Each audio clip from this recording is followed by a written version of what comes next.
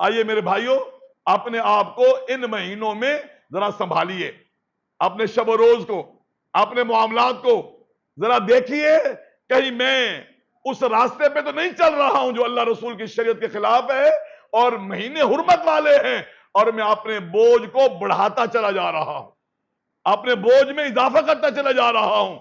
یہ اللہ کا کرم ہے، اس اللہ کا فضل ہے، اس اللہ کی مہربانی ہے کہ اس نے مختلف وقتوں کو زیادہ اہمیت دے کر کے ہمیں موقع دیا ہے کہ ہم اپنے گناہ اس سے معاف کروا لیں، نیکیاں جمع کر لیں۔ جیسے رمضان کا مہینہ آتا ہے، رمضان المبارک کا آخری عشرہ خاص شان والا ہے۔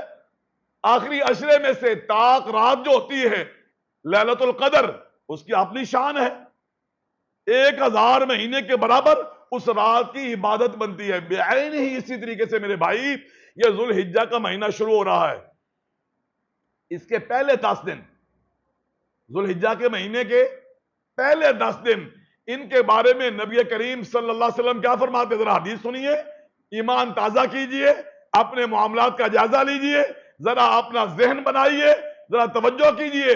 اللہ کے نبی کیا فرماتے ہیں؟ صحیح مسلم کی روایت ہے، فرمایا ما من ایام العمل الصالح فیہن احب الی اللہ من هذه الایام العشر۔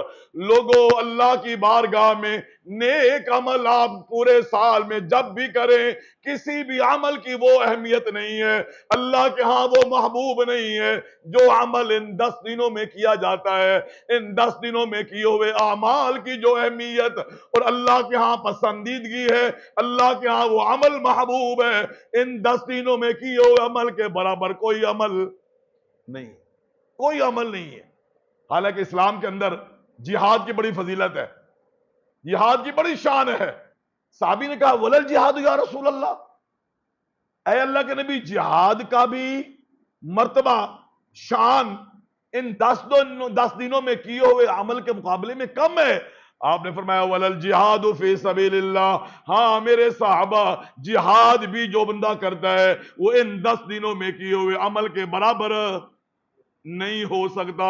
ہاں الا رجلا، ہاں وہ آدمی خرج یجاہد فی سبیل اللہ بمالہ و نفسہ، ایک آدمی اپنا مال بھی لے کر کے، اپنا گھوڑا بھی لے کر کے، اپنی جان بھی لے کر کے دشمنوں سے لڑنے کے لیے، دین کو سر بلند کرنے کے لیے، مسلمانوں کا جو ہے تحفظ کرنے کے لیے، توحید کو، لا الہ الا اللہ کو دنیا میں غالب کرنے کے لیے نکلتا ہے، اور اس میں سے کچھ بھی واپس لے کر کے نہیں آتا، جان بھی دے دیتا ہے، گھوڑا بھی مر جاتا ہے، مال بھی سارا چھین لیا جاتا ہے، یہ آدمی وہ ہے جو ان 10 دنوں میں کرنے والے، عمل کرنے والے شخص سے بہتر ہو سکتا ہے، وگرنہ عام دنوں میں کیا ہوا جہاد ان دنوں میں کیے ہوئے عمل صالح کے برابر نہیں ہو سکتا۔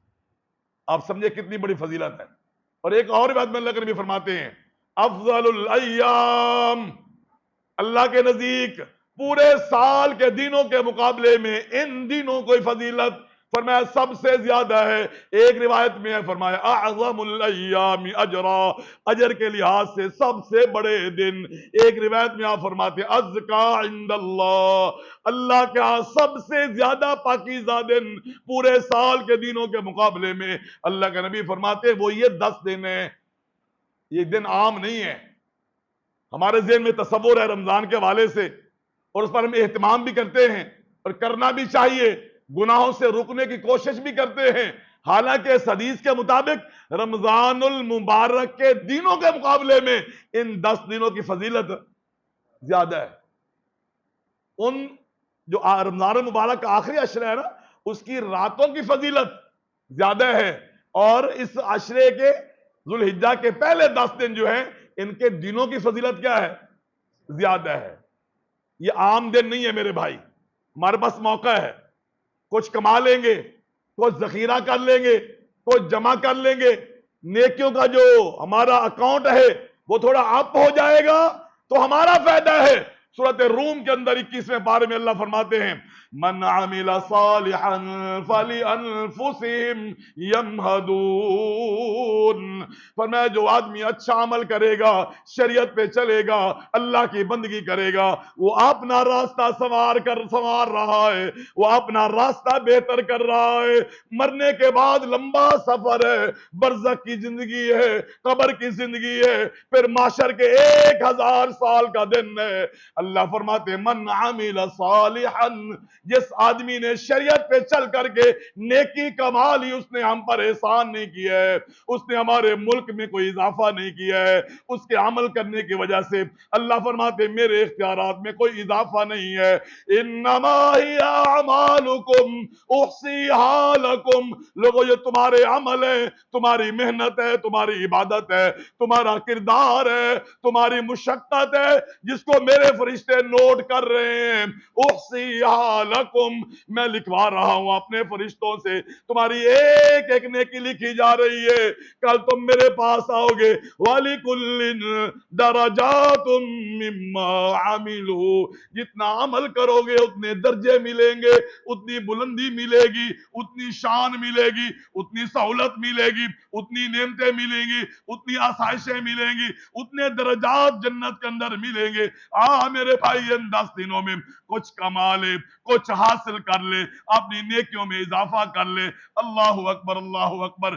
مسند احمد کی روایت ہے، نبی کریم فرماتے ہیں صلی اللہ علیہ وسلم فَأَكْثِرُوا فِيهِنَّ مِنَ التَّهْلِيلِ وَالتَّحْمِيدِ وَالتَّسْبِيحِ وَالتَّكْبِيرِ۔ اے میرے صحابہ، ان 10 دنوں میں خاص طور پر، باقی عمل تو ہیں ہی ہیں، لیکن خاص طور پر سبحان اللہ، الحمدللہ، اللہ اکبر، لا الہ الا اللہ، فرمایا ان اعمال کی کثرت کرو، زیادہ سے زیادہ ان دنوں کے اندر ان اعمال کو اختیار کرو۔ مشکل ہے میرے بھائی، ہو سکتا ہے قرآن کی کوئی سورت ہم کہیں تو آپ کہیں جی یہ تو مجھے آتی نہیں ہے، یہ تو مجھے یاد میں نے نہیں کی ہوئی ہے، ناظرہ میں نے پڑھی ہے، زبانی یاد نہیں کی ہے، لہذا مجھے وہ تو آتی نہیں ہے، وہ تو پڑھنا میرے لیے مسئلہ ہے۔ اللہ اکبر، سبحان اللہ، الحمدللہ، اللہ اکبر، لا الہ الا اللہ، یہ تو ہر مسلمان کے لیے کیا ہے؟ حلوہ ہے، حلوہ، آسان، کوئی مشکل نہیں، بچے کو یاد ہے، بوڑھے بزرگوں کو بھی یاد ہے، ماؤں بہنوں بیٹیوں کو بھی یہ کیا ہے؟ یاد ہے، عالم جاہل ہر ایک کو یہ یاد ہے، بالکل آسان ہے۔ اور اتنے عظیم کلمات ہیں، اتنے عظیم کلمات ہیں کہ آپ ان کی فضیلت سن کے حیران ہوں گے۔ یہ سبحان اللہ، الحمدللہ، اللہ اکبر، لا الہ الا اللہ۔ آئیے میں چاند ایک حدیث سے آپ کے سامنے پیش کرتا ہوں۔ نبی کریم فرماتے صلی اللہ علیہ وسلم احب الکلام الی اللہ اربع، لوگوں 4 کلمے ہیں جو اللہ کو سب سے زیادہ پسند ہیں۔ پھر آپ نے فرمایا سبحان اللہ والحمدللہ ولا الہ الا اللہ واللہ اکبر، فرمایا یہ 4 کلمے اللہ کو بڑے پسند ہیں۔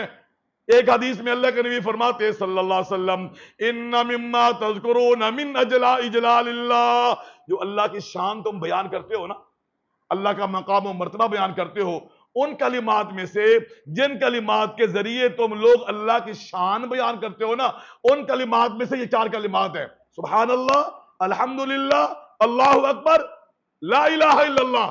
پھر آگے سنیے میرے بھائیو، اللہ کے نبی فرماتے ہیں کہ یہ 4 کلمے اللہ کے عرش کے گرد طواف کرتے رہتے ہیں، اللہ کے عرش کے گرد طواف کرتے ہیں۔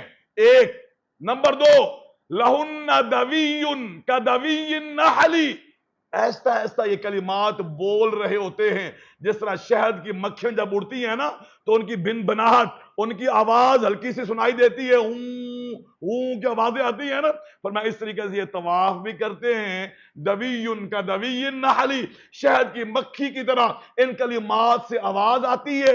بولتے کیا ہیں یہ کلمات؟ کہتے کیا ہیں؟ اللہ کے نبی فرماتے ہیں جو بندہ یہ کلمات پڑھتا ہے نا، یہ کلمے ان کا نام لے کر کے اللہ کے سامنے ذکر کرتے ہیں، اللہ کے سامنے ان کا کیا کرتے ہیں؟ نام۔ کہاں پر؟ عرش پر، عرش پر، جہاں کسی کو بھی جانے کی اجازت نہیں ہے۔ یہ مسئلہ بھی سن لیجئے، صحیح مسلم کی روایت ہے، جب آپ معراج کے موقع پہ گئے تھے نا تو جناب جبریل علیہ السلام آپ کو 7ویں آسمان سے اوپر تھوڑا اوپر لے گئے سدرۃ المنتہا پر اور کہا یا محمد صلی اللہ علیہ وسلم، یہ وہ جگہ ہے نیچے سے جو آتا ہے یہیں تک آتا ہے، اس سے اوپر نہیں جاتا ہے، نہ کبھی کوئی گیا ہے، اور جو اوپر سے آتا ہے نا اللہ کی طرف سے پیغام لے کر کے وہ بھی یہیں تک آتا ہے، یہاں سے نیچے کبھی نہیں، نیچے والا کبھی اوپر نہیں گیا، اوپر والا کبھی نیچے نہیں آیا، وہیں پر احکامات کا تبادلہ ہو جاتا ہے، لیکن اللہ کے عرش کے ارد گرد یہ کلمات باقاعدہ طواف کرتے ہیں، اور طواف کرتے ہوئے باقاعدہ کیا کرتے ہیں، جس نے یہ کلمات پڑھے ہیں ان کا نام لیتے ہیں۔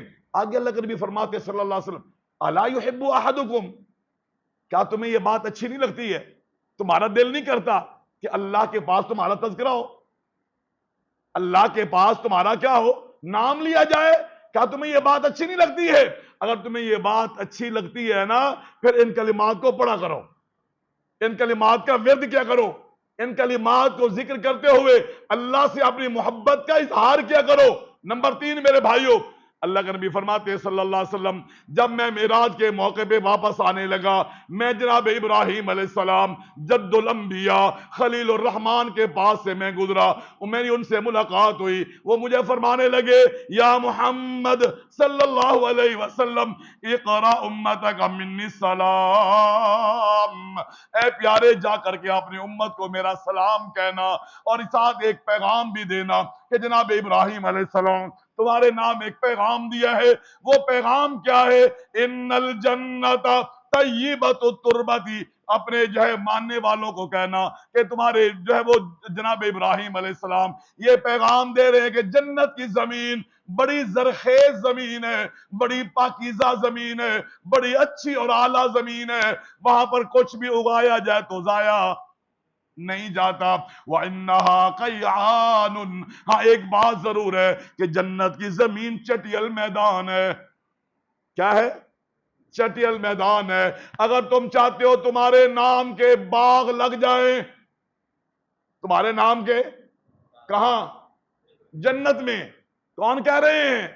ابراہیم علیہ السلام۔ کس کو کہہ رہے ہیں؟ جناب محمد صلی اللہ علیہ وسلم کو پیغام دے رہے ہیں کہ اپنی امت کو میرا پیغام دے دینا کہ جنت کی زمین بڑی شاندار ہے، تمہارا وہاں پر کاش کیا ہوا کوئی بھی عمل برباد ہونے والا نہیں ہے، لیکن ہے وہ چٹیل میدان ہے۔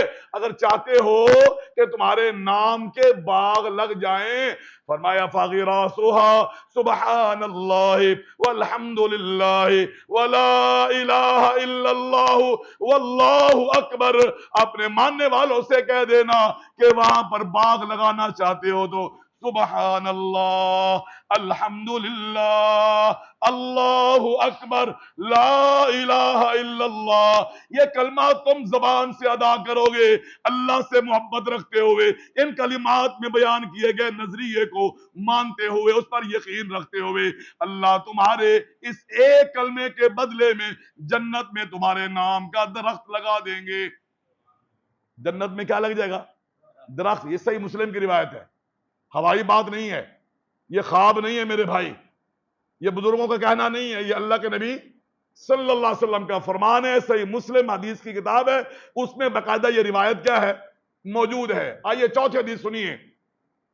چوتھی حدیث اللہ کے نبی صلی اللہ علیہ وسلم کی عزیزہ جناب علی ابن ابی طالب رضی اللہ تعالی عنہ کی ہمشیرہ ام ہانی رضی اللہ تعالی عنہ مکہ میں بیٹھی ہیں، فتح مکہ کا موقع ہے، بوڑھی ہو گئی ہیں، بڑی عمر ہو گئی ان کی، اللہ کے نبی ان کے پاس سے گزرے تو آواز دی، کہا کہ یا رسول اللہ صلی اللہ علیہ وسلم انی امرأۃ عجوز، میں بوڑھی مائی ہوں، میں زیادہ دیر کھڑی نہیں ہو سکتی، کوئی ایسا عمل بتائیے کہ میں بیٹھے بیٹھے کر لوں۔ یہ میرے بزرگ بیٹھے ہوئے ہیں جو عموماً گھٹنوں کی تکلیف کا شکار ہیں، زیادہ دیر عبادت کے لیے نوافل کے لیے کھڑے نہیں ہو سکتے ہیں، سجدے میں جانا مسئلہ ہے۔ اس اماں نے کہا، ام ہانی رضی اللہ تعالی عنہ نے، یا رسول اللہ کوئی ایسا عمل بتائیے کہ میں بیٹھے بیٹھے کر لوں اور اس کے نتیجے میں اللہ مجھے اجر سے نوازے۔ اللہ کے نبی صلی اللہ علیہ وسلم نے کیا فرمایا؟